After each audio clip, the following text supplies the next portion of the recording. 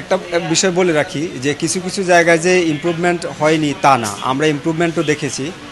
তো আজকে তাদের যে প্রতিষ্ঠানে আসছি এই প্রতিষ্ঠানেও একটা ইমপ্রুভমেন্ট আছে, সেটা না বললেই না।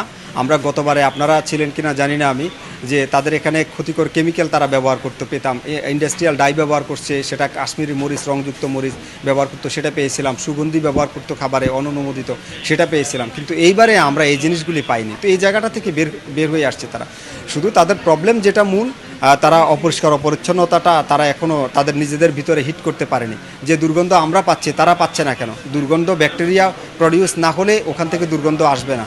তো সেই জায়গাটা আমরা তাদেরকে নক দিয়েছি। আর খাবার, পুরাতন বাসি খাবার গতবারে যে হারে পেয়েছি এবারে আমরা কম পেয়েছি, এবং এই খাবারে তেলাপোকাও যুক্ত ছিল আজকে। তারা গতানুগতিক একটা দাবি করতেছে এটা কাস্টমারদেরকে দিবে না। আসলে কিন্তু এটা ঠিক যে কাস্টমারদেরকে রিমেক করে দিয়ে দিতে পারে, সম্ভাবনা রয়েছে।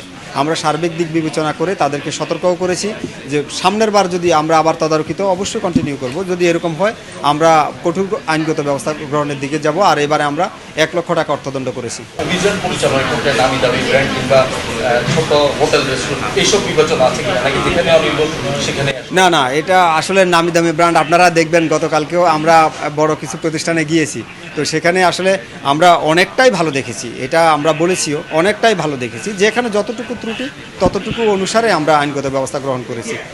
আপনারা দেখবেন আমরা বড় ছোট এরকম কোনো প্রতিষ্ঠান নাই। আপনাদের যদি তথ্য থাকে আমাদেরকে দিবেন যে অমুক প্রতিষ্ঠান বড়, যান আমরা যাব। আপনাদের কাছে এই রেস্টুরেন্ট মালিকদের বা যারা ব্যবসা করেন খাদ্য করেন তাদের কাছে আপনাদের মেসেজ থাকবে?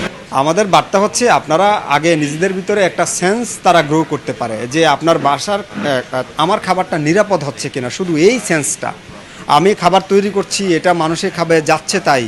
আমাদের যে এই যে অন্য মানুষে খাবে, এই যে অন্যের উপরে এই জিনিসটা থেকে আমি খাবো না, এটা অন্য কেউ খাবে, এই সেন্সটা যেন আমাদের ওইখান থেকে যেন আমরা ফিরে আসি।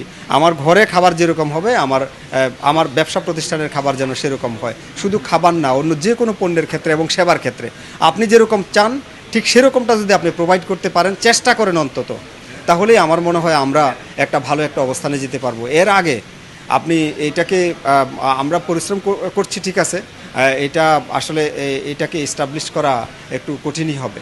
যারা অনিয়ম করবে তাদের বিরুদ্ধে আমাদের বার্তা হচ্ছে আমরা আইনগতভাবে ব্যবস্থা গ্রহণ করব। আর এরপরও যদি আইন অমান্য করে আমরা সর্বোচ্চ আইনের প্রয়োগ করব।